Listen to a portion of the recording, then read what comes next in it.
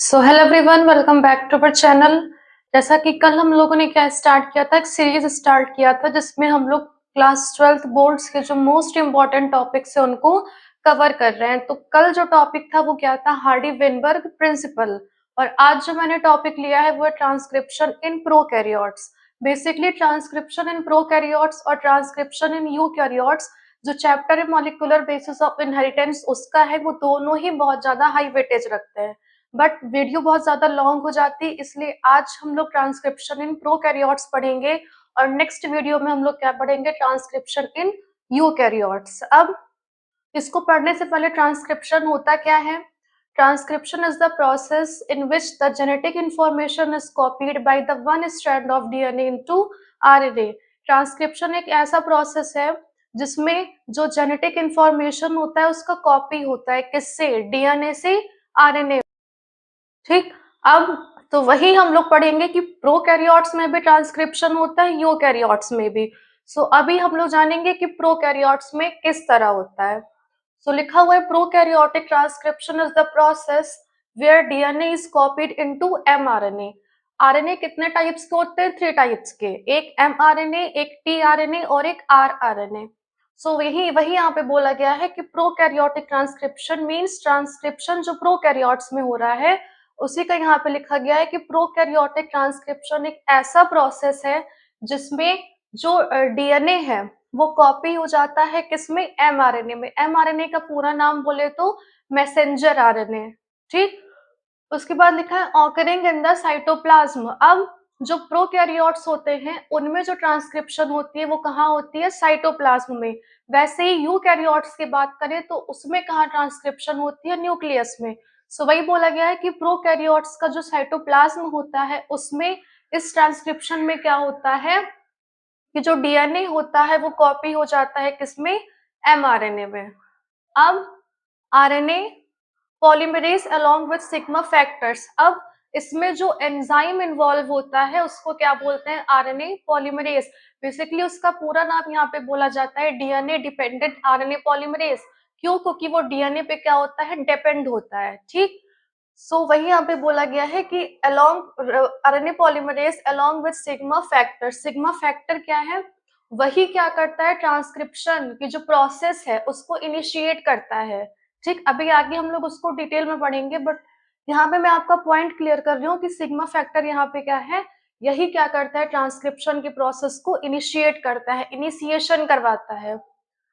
उसके बाद binds to the promoter region of DNA. और बाइंड कहाँ करता है, प्रमोटर रीजन। अब अगर कोई भी प्रोसेस आपको करवानी है ना, उसका इनिशिएशन करवाना है तो कहीं ना कहीं तो कोई चीज बाइंड करेगी। सो वही बोला गया है कि वो जो आरएनए पॉलीमरेज है, जो एंजाइम है, वो कहाँ बाइंड करता है, डीएनए के प्रमोटर रीजन में। किसके साथ, सिग्मा फैक्टर के साथ। उसके बाद टू इनिशिएट ट्रांसक्रिप्शन, किसके लिए, ताकि ट्रांसक्रिप्शन क्या हो सके, इनिशिएट हो सके, उसका इनिशिएशन हो सके। उसके बाद देन सिंथेसाइज अ कॉम्प्लीमेंट्री आरएनए स्ट्रैंड। और क्या करता है, कॉम्प्लीमेंट्री आरएनए स्ट्रैंड को वो सिंथेसाइज करता है, फॉर्मेशन करता है। इसको भी आगे डिटेल में पढ़ेंगे। Termination occurs when the RNA polymerase detach from the DNA, releasing the newly formed mRNA. उसके बाद जब टर्मिनेशन, पहली बात तो इनिशिएशन हो गया, मतलब ट्रांसक्रिप्शन का स्टार्ट हो गया, उसके बाद इलोंगेशन हुआ, उसके बाद टर्मिनेशन होगा। टर्मिनेशन एक ऐसी प्रोसेस है जिसमें जो आरएनए पॉलीमरेज इनिशिएशन के टाइम पे बाइंड हुआ था प्रमोटर रीजन पे, वो क्या करेगा, डिटैच हो जाएगा। वहां पे क्या हुआ था, अटैच हुआ था, यहाँ पे डिटैच हो जाएगा और क्या कर देगा, क्या रिलीज कर देगा, न्यूली फॉर्म्ड एमआरएनए। सो यही पूरी प्रोसेस क्या थी, ट्रांसक्रिप्शन किसकी, प्रोकैरियोट्स में। ठीक। अब यहाँ पे क्या है, डीएनए है। ठीक। डीएनए का ट्रांसक्रिप्शन हुआ, क्या बना, आरएनए। आरएनए कौन सा बना, एमआरएनए। उसके बाद अगर आरएनए फर्दर ट्रांसलेट कर जाए, ट्रांसलेशन कर जाए, तब क्या बन जाएगा, प्रोटीन्स बन जाएगा। ट्रांसक्रिप्शन अलग प्रोसेस है, ट्रांसलेशन अलग प्रोसेस है, बट यहाँ पे मैंने पूरा ये लिख दिया है। उसके बाद लिखा हुआ है प्रोकैरियोट साइटोप्लाज्म, मतलब प्रोकैरियोट्स में ट्रांसक्रिप्शन कहाँ होता है, साइटोप्लाज्म में। उसके बाद ट्रांसक्रिप्शन की यूनिट्स, उसमें 3 चीजें इन्वॉल्व होती हैं, एक प्रमोटर, एक स्ट्रक्चरल जीन और एक टर्मिनेटर। प्रमोटर मैंने बोला कि क्या होता है, it provides binding for RNA polymerase, या ये क्या करता है, एक बाइंडिंग साइट प्रोवाइड करता है किसको, आरएनए पॉलीमरेज को, ताकि जो ट्रांसक्रिप्शन की प्रोसेस है वो क्या हो सके, इनिशिएट हो सके। उसके बाद टर्मिनेटर की बात करें, it defines the end of the transcription, ये क्या करता है, डिफाइन करता है ट्रांसक्रिप्शन के एंड को। यहीं पे जब न्यूली एमआरएनए सिंथेसाइज हो जाता है, तो जो आरएनए पॉलीमरेज एंजाइम था वो क्या करता है, डिटैच कर जाता है और क्या फॉर्म कर देता है, एमआरएनए। सो अभी हम लोगों ने जाना था कि जो ट्रांसक्रिप्शन की यूनिट होती है उसमें 3 रीजंस होते हैं, एक प्रमोटर, एक स्ट्रक्चरल जीन और एक टर्मिनेटर। सो अभी हम लोग जानेंगे कि उस ट्रांसक्रिप्शन यूनिट का सिग्मेटिक स्ट्रक्चर क्या होता है। हम लोग को पता है कि जो डीएनए होता है उसकी 2 स्ट्रैंड्स होती है और दोनों की डायरेक्शन क्या होती है, अपोजिट होती है। इसकी पोलैरिटी की डायरेक्शन की बात करें तो क्या है, 3 prime to 5 prime, whereas इस स्ट्रैंड की बात करें तो 5 प्राइम टू 3 प्राइम। अब दोनों ही स्ट्रैंड्स की पोलैरिटी क्या है, अपोजिट डायरेक्शन में। और हमको ये भी पता है कि जो एंजाइम होता है डीएनए डिपेंडेंट आरएनए पॉलीमरेज, वो पॉलीमराइजेशन की जो प्रोसेस होती है उसको कैटेलाइज करता है सिर्फ एक डायरेक्शन में, और वो कौन सी डायरेक्शन होती है, 5 प्राइम टू 3 प्राइम। इसी वजह से जो उसका अपोजिट स्ट्रैंड है जिसकी पोलैरिटी है 3 प्राइम टू 5 प्राइम, उसको हम लोग क्या बोल देते हैं, टेम्पलेट स्ट्रैंड। अब कोडिंग स्ट्रैंड, ये एक ऐसा स्ट्रैंड है which does not code for anything, मतलब किसी भी चीज के लिए वो कोड नहीं करता है। ठीक, अब यहाँ पे ये जो साइट है इसको बोलते हैं प्रमोटर। प्रमोटर क्या है, बाइंडिंग साइट है, वहां पे जो हमारा एंजाइम है डीएनए डिपेंडेंट आरएनए पॉलीमरेज वो बाइंड कर जाता है और क्या करता है, जो ट्रांसक्रिप्शन की प्रोसेस है उसको इनिशिएट करता है, इनिशिएशन करवाता है। उसके बाद जो ये रीजन है इसको हम लोग बोलते हैं टर्मिनेटर। जब हमारा आरएनए फॉर्म हो जाता है ट्रांसक्रिप्शन की प्रोसेस से, तब यहीं से जो एंजाइम यहाँ पे बाइंड हुआ था प्रमोटर पे, वो यहाँ से क्या करता है, डिटैच हो जाता है, अलग हो जाता है। और इसको हम लोग एक और नाम देते हैं अपस्ट्रीम। प्रमोटर का एक और नाम क्या है, अपस्ट्रीम। वेयर एज अगर टर्मिनेटर की बात करें तो इसका एक और नाम क्या है, डाउनस्ट्रीम। ठीक, अब जो ट्रांसक्रिप्शन हो रहा है प्रोकैरियोट्स में, उसमें 3 स्टेप इन्वॉल्व होते हैं, एक इनिशिएशन, एक इलोंगेशन और एक टर्मिनेशन। इनिशिएशन से ही पता चल रहा है कोई चीज इनिशिएट हो रही है, शुरू हो रही है। सो इनिशिएशन में जो उसका उसकी हेल्प कर रहा है, जो एंजाइम इनिशिएशन की प्रोसेस करवा रहा है, उसी को हम लोग क्या बोलते हैं, डीएनए डिपेंडेंट आरएनए पॉलीमरेज। ऐसा कहते क्यों है, वैसे तो वो होता है आरएनए पॉलीमरेज, लेकिन उसके आगे लग जाता है डीएनए डिपेंडेंट, क्योंकि वो किस पे डिपेंड होता है, डीएनए पे डिपेंड होता है, इसीलिए हम लोग उसको बोलते हैं डीएनए डिपेंडेंट आरएनए पॉलीमरेज।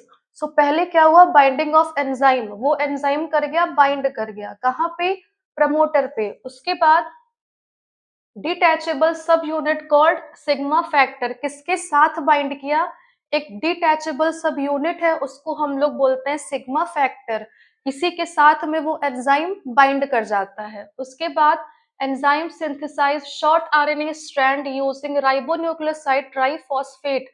अब वो एंजाइम क्या करेगा, छोटे से स्ट्रैंड को सिंथेसाइज करेगा। ठीक, किसकी हेल्प से, राइबोन्यूक्लियोसाइड ट्राइफॉस्फेट की हेल्प से, यूज करके उसका। उसके बाद जब इनिशिएशन हो जाएगा तब क्या होगा, इलोंगेशन होगा। इलोंगेशन से ही पता चल रहा है कोई एक स्ट्रैंड है वो क्या कर रही है, इलोंगेट कर रही है। इलोंगेशन मतलब इलोंगेट कर रही है, इसमें जो स्ट्रैंड होती है वो इलोंगेट कर जाती है, मतलब RNA polymerase moves along the DNA template strand in a 3 prime to 5 prime direction. इसमें क्या होगा कि जो आरएनए पॉलीमरेज है, मींस हमारा जो एंजाइम है, वो मूव करेगा कहाँ पे, along the DNA template strand, किस डायरेक्शन में, 3 प्राइम टू 5 प्राइम डायरेक्शन। मैंने यहीं पे आपको बोला था कि जो हमारा एंजाइम है वो पॉलीमराइजेशन कौन से डायरेक्शन में करता है, 5 प्राइम टू 3 प्राइम डायरेक्शन, इसीलिए हम लोगों ने इस स्ट्रैंड को बोला था टेम्पलेट स्ट्रैंड। सो वही यहाँ पे लिखा हुआ है कि जो हमारा आरएनए पॉलीमरेज है वो मूव करेगा डीएनए टेम्पलेट के साथ, किस डायरेक्शन में, 3 prime to 5 prime direction, continuously unwinding the DNA and synthesizing the new RNA strand in 5 prime to 3 prime direction, continuously unwinding। मैंने बोला था कि यहाँ पे कोई चीज इलोंगेट कर रही है, जो हमारा यहाँ पे डीएनए का स्ट्रैंड था जो टाइटली था, मतलब वो पैक्ड था, अब वो यहाँ पे क्या होगा, धीरे धीरे ओपन होगा। उसका जो हेलिक्स है वो क्या करेंगी, ओपन करेंगी। सो यही वही चीज यहाँ पे लिखा है, कंटिन्यूअसली क्या होगा, अनवाइंडिंग होगा, हेलिक्स की ओपनिंग होगी। और कहाँ पे किस डायरेक्शन में जो आरएनए की स्ट्रैंड है वो फॉर्म करेगी, 5 प्राइम टू 3 प्राइम डायरेक्शन। उसके बाद इनिशिएशन हो गई, इलोंगेशन हो गई, अब क्या होगा, टर्मिनेशन होगा। क्यों? क्योंकि यहाँ पे हमारा आरएनए था, क्या था, फॉर्म हो चुका था। सो अब हम लोग को क्या करना है, ट्रांसक्रिप्शन को एंड करना है। सो टर्मिनेशन में क्या होगा, polymerase detach from the DNA and the complete mRNA molecule is released. अब जो वहां पे आरएनए पॉलीमरेज हमारा बाइंड किया था, अब वो टर्मिनेटर रीजन पे डिटैच हो जाएगा, अलग हो जाएगा, और क्या रिलीज कर देगा, जो हमारा एमआरएनए मॉलिक्यूल फॉर्म हुआ है। मैंने आपको शुरू में ही बोला था कि 3 टाइप्स के आरएनए होते हैं, एमआरएनए, टीआरएनए, आरआरएनए। सो इस प्रोसेस से जो आरएनए बन रहा है वो कैसा आरएनए है, एमआरएनए। इसीलिए यहाँ पे लिखा हुआ है कि एमआरएनए मॉलिक्यूल इज रिलीज्ड। सो आज के लिए बस इतना ही। बाकी इस चैनल को सब्सक्राइब आपने नहीं किया तो उसको सब्सक्राइब कर दीजिए, वीडियो को लाइक करिए और शेयर करिए।